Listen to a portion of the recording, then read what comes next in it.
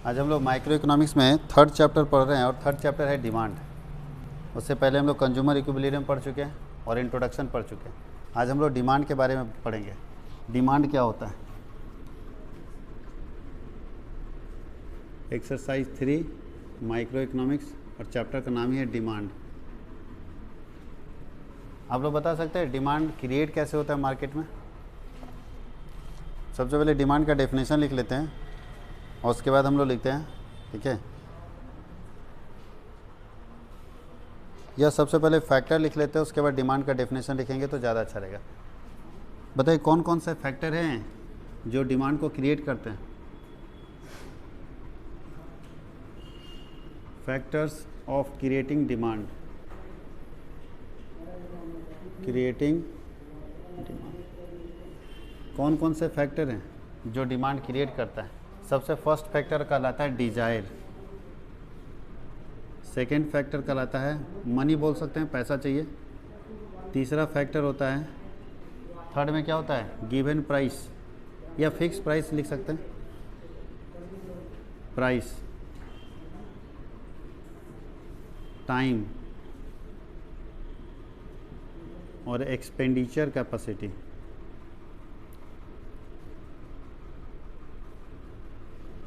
अगर ये पांचों फैक्टर रहेगा तो किसी प्रोडक्ट का डिमांड क्रिएट होगा, और पांचों में से अगर कोई भी एक फैक्टर नहीं रहेगा तो डिमांड क्रिएट नहीं होगा।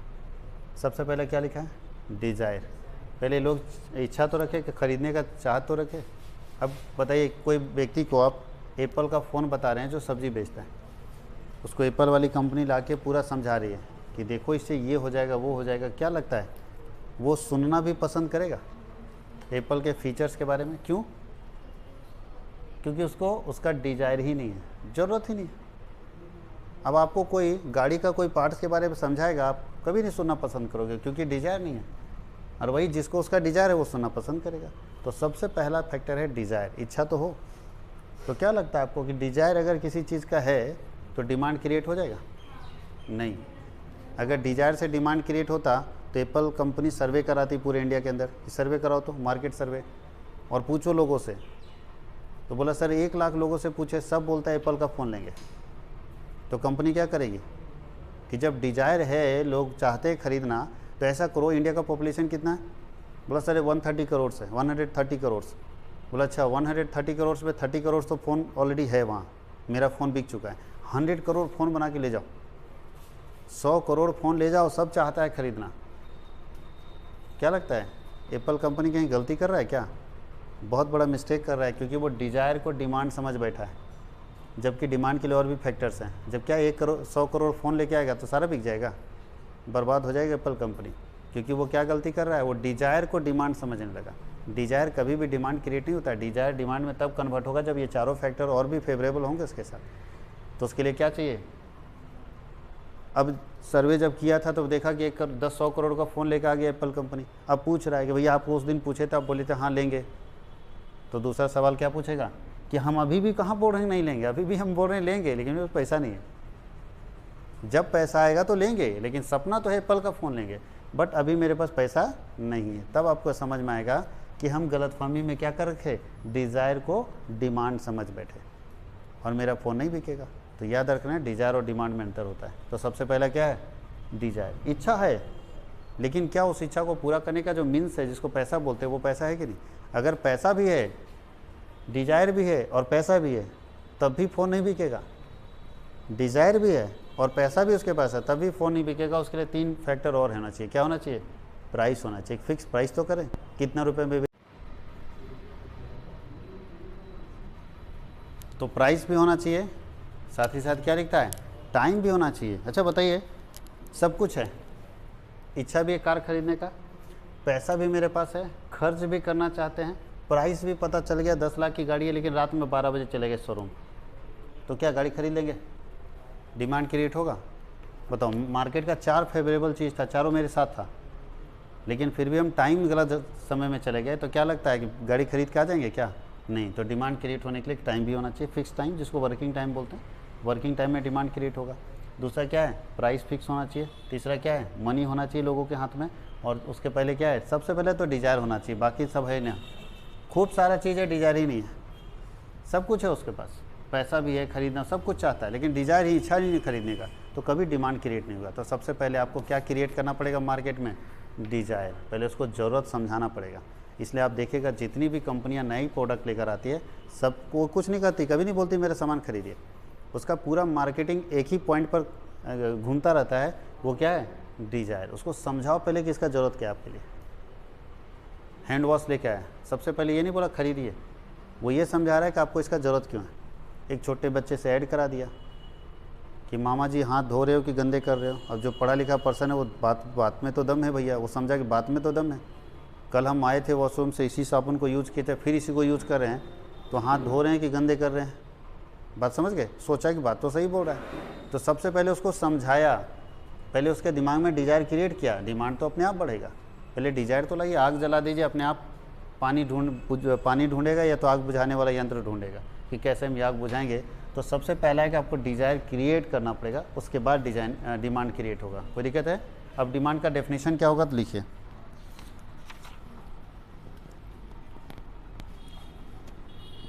बोलता है डिमांड और डिमांडेड क्वांटिटी एक ही बात होता है। डिमांड जब भी होगा इन क्वांटिटी में होगा, इन काइंड्स में होगा, क्वांटिटी में ही डिमांड होता है। तो डिमांड बोले या डिमांडेड क्वांटिटी बोले एक ही बात होता है।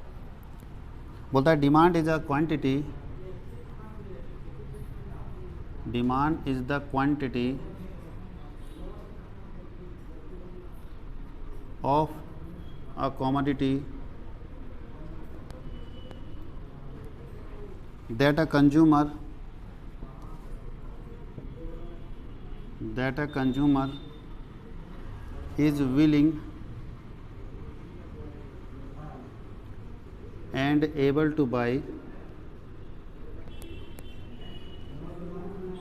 at each possible prices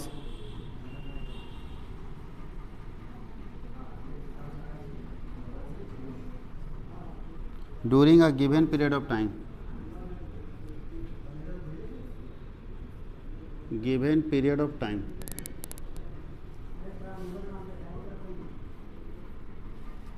demand के बारे में बड़ा छोटा सा डेफिनेशन, इतना लंबा लिखने की भी ज़रूरत नहीं है। एक फिक्स पीरियड में अगर किसी प्रोडक्ट को बिकने के लिए जितना क्वांटिटी मार्केट में जाता है वो उसका डिमांड कहलाता है। जैसे अगर मान लीजिए कि टमाटर का प्राइस है 15 रुपये और 20 kg पूरे हज़ारीबाग मार्केट में बिकने के लिए गया है, 15 रुपये प्राइस में 20 kg क्वान्टिटी गया है, तो इसका मतलब है कि यहाँ पर डिमांड कितना होगा? 20 kg का। कोई दिक्कत है? एक गिवन प्राइसेस के ऊपर जितना क्वांटिटी किसी प्रोडक्ट का बिकने के लिए मार्केट में जाता है उस क्वांटिटी को डिमांड बोलते हैं। अब यहाँ बोला जाएगा 15 रुपये अगर प्राइस है तो 20 kg बिकने गया। अगर 15 रुपये की जगह 20 मान लो 5 रुपये प्राइस हो जाए टमाटर का, 1 क्विंटल बिकने गया, 100 kg बिकने गया, तो ये माना जाएगा कि 5 रुपये में जो टमाटर का डिमांड है वो 100 kg का होगा। कोई दिक्कत है? तो यही डिमांड है। डिमांड का मतलब है कि एक पर्टिकुलर प्राइस के ऊपर किसी क्वांटिटी का, किसी प्रोडक्ट का, किसी कमोडिटी का कितना क्वांटिटी मार्केट में बिकने के लिए जाएगा, जो क्वांटिटी बिकने के लिए जाएगा उसी को हम लोग क्या बोलते हैं? डिमांड। क्या पूछे? कमोडिटी मतलब वस्तु, प्रोडक्ट, गुड्स। समझ गए? कमोडिटी का मतलब प्रोडक्ट, गुड्स, आर्टिकल जो बोलते हो वो सब इसके अंदर कमोडिटी के अंदर है। यानी कोई सामान बताइए 5 रुपये प्राइस है तो बुक बिकने के लिए कितना जा रहा है? जितना मार्केट में जा रहा होगा वही डिमांड होगा उसका, हाँ या नहीं? अगर 200 रुपये प्राइस है तो 200 में कितना बिकने जा रहा है मार्केट में? अगर 200 रुपये प्राइस में हम बिजनेसमैन हैं, 200 रुपये प्राइस में हम 500 बुक मार्केट में बेचने के लिए भेजें, तो 200 रुपये में इस बुक का कितना डिमांड है? 500 क्वांटिटी का। और यही क्वांटिटी क्या कहलाता है? डिमांड। तो देखिए यहाँ लिखा भी वही है, डिमांड एक क्वांटिटी और कुछ नहीं, डिमांड एक क्वांटिटी है। क्या लिखता है? Demand is the quantity of commodity. Commodity मतलब प्रोडक्ट, आर्टिकल जो बोलो, सामान जिसको हम लोग बोलते हैं, commodity that a consumer is willing and able to buy at each possible prices during a given period of time। कि जितना खरीदने के लिए कंज्यूमर तैयार होता है मार्केट में किसी प्रोडक्ट को किसी गिवन प्राइसेस के ऊपर, वो क्या कहलाता है? डिमांड कहलाता है। कोई दिक्कत है? मान लीजिए कि 5 रुपये का प्राइस है, आप जितना खरीदने के गए, जो खरीदना चाहते हैं 5 रुपये के प्राइस में, वही ना आपका डिमांड कहलाएगा।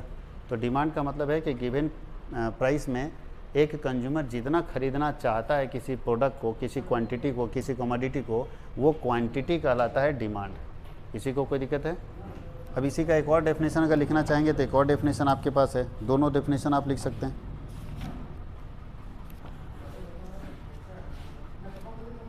अब एक और चीज़ ध्यान देना, डिमांड समझ गए?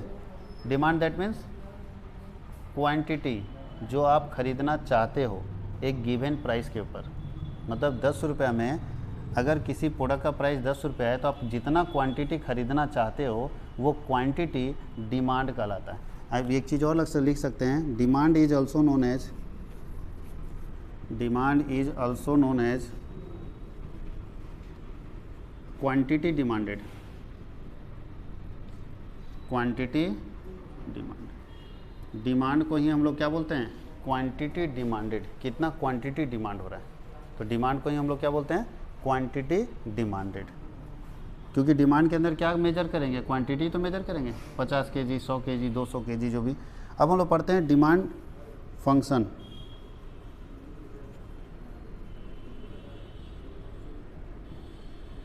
डिमांड फंक्शन या इसको डिटर्मिनेंट्स ऑफ डिमांड भी बोलते हैं। डिमांड फंक्शन क्या बताता है, बोलता है it's so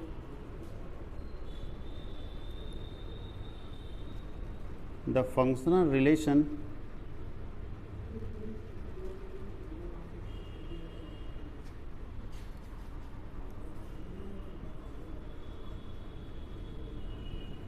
between price and demand.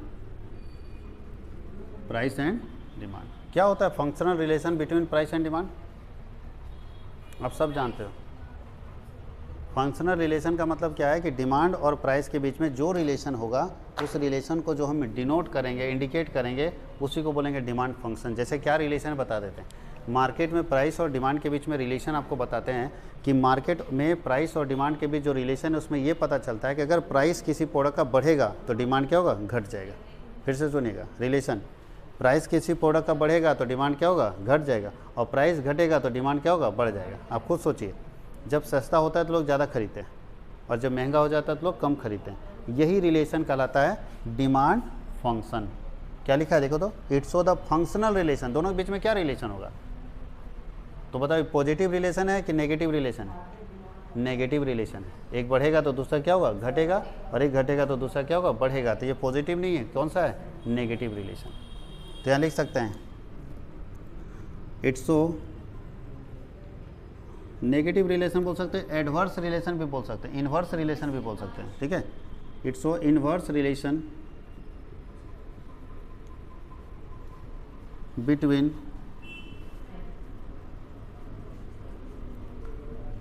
Price and, हाँ या नहीं, और इसी को हम लोग बोलते हैं डिमांड फंक्शन। डिमांड फंक्शन का मतलब है डिमांड काम कैसे करता है, तो डिमांड का काम करने का लॉजिक यही है, higher the price lower the demand.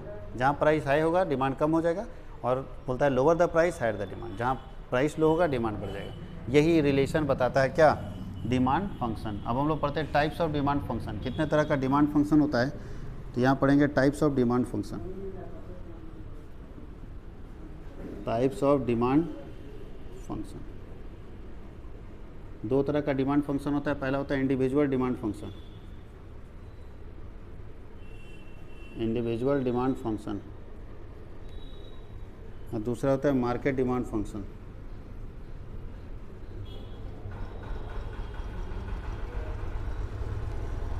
इसको लिख लीजिए, फिर हम लोग एक्सप्लेन करते हैं इंडिविजुअल और मार्केट को।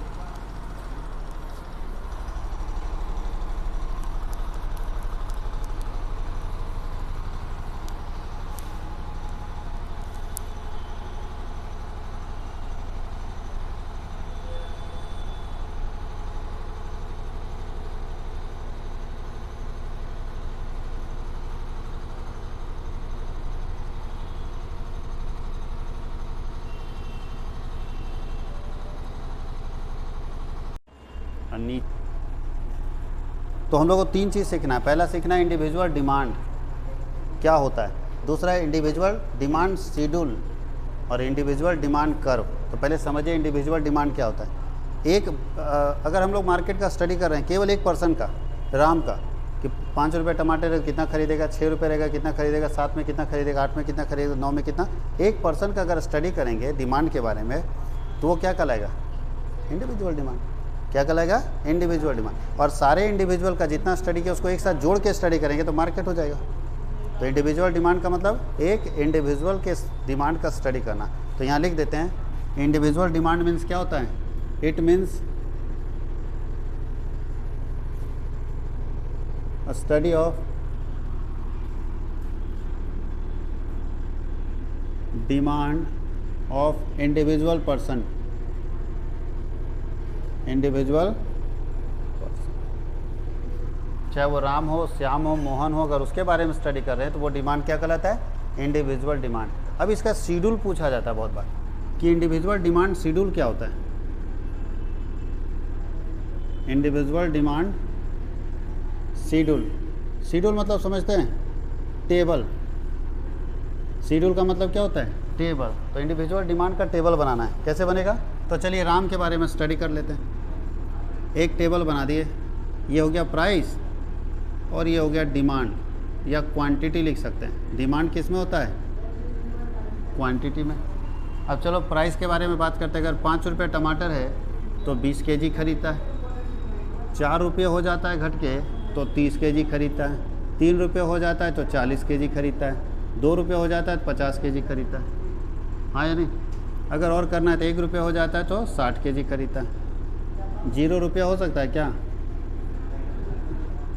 फ्री में हो जाए तब तो लूट लेगा, है ना?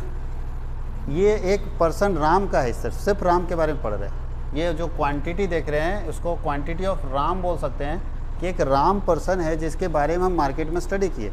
उससे पूछे कि अगर आप 5 रुपये प्राइस है टमाटर का तो कितना खरीदोगे? बोला 20। बोला 4 कर देंगे तो बोला 30। तो ये उससे हम पूछ के यहाँ डेटा सेट कर दिए। तो जो ये टेबल बनाते हैं ना, इसी टेबल को हम लोग बोलते हैं शेड्यूल।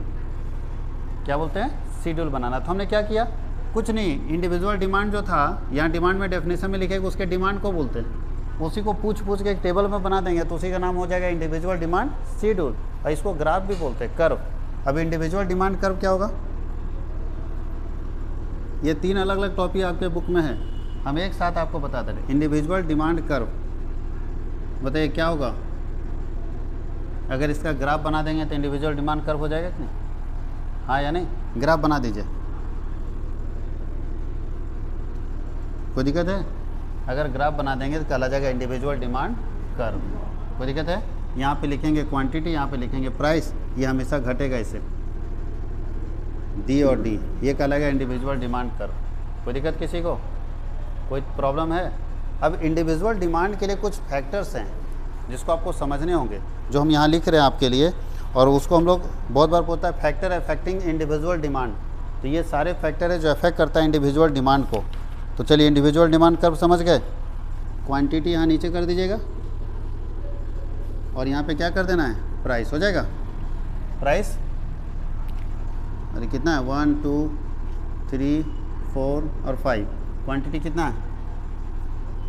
20 30 40 50 60, बस। तो और एक डिमांड कर्व बना देना है। कैसे बनेगा? समझ में आ रहा है? कैसे बनेगा बताइए? फर्स्ट में कितना प्राइस है और क्वांटिटी? तो इधर देखिए, प्राइस 5, क्वांटिटी 20, यहाँ जाके यहाँ मिला दिया, थोड़ा ऊपर जाएगा। ग्राफ मेरा फेल हो रहा है, डायरेक्ट खींचने से ये दिक्कत है। आप लोग मिला लोगे? मिला लोगे? जाएगा तो सर ऐसा ही नीचे, कोई दिक्कत है? मिला के बना लेना। अब इसमें एक इक्वेशन बना के दिया रहता है इंडिविजुअल डिमांड के लिए। तो इसका इक्वेशन ये बोलता है dx equal to f into P X, comma है आप ये पे कॉमा दिया हुआ है, P R comma y comma T comma E. इसका मतलब क्या है? dx का मतलब होता है demand of x goods, demand of x goods. f का मतलब होता है फंक्शन, f का मतलब क्या होता है? फंक्शन। px का मतलब होता है price of x goods. pr का मतलब होता है price of related goods, price of related goods. और y का मतलब होता है income of consumer, income of consumer. और क्या है? टी का मतलब होता है टेस्ट एंड प्रेफरेंसेस। अच्छा, टी फॉर टाइम मान रहे थे आप लोग, टेस्ट एंड प्रेफरेंसेस है। और ई का मतलब एक्सपेक्टेशन होता है,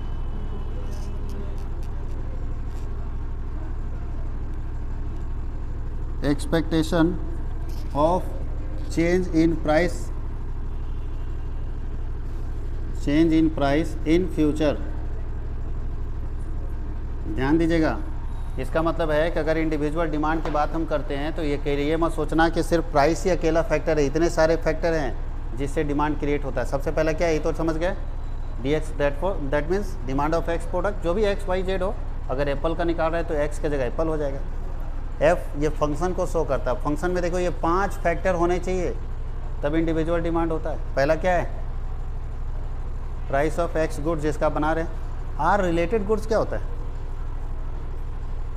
आप जिस सामान को बना रहे हो तो ठीक है, उससे रिलेटेड भी गुड्स है ना बहुत सारा, उसका भी प्राइस डिमांड पर इफेक्ट करता है। नहीं समझे, कार बनाने वाली कंपनी कार बहुत अच्छे तरीके से बना रही, पेट्रोल हाई हो रहा है, तो क्या लगता है उसका कार के डिमांड के ऊपर पेट्रोल का प्राइस बढ़ने से इम्पैक्ट पड़ रहा है क्या?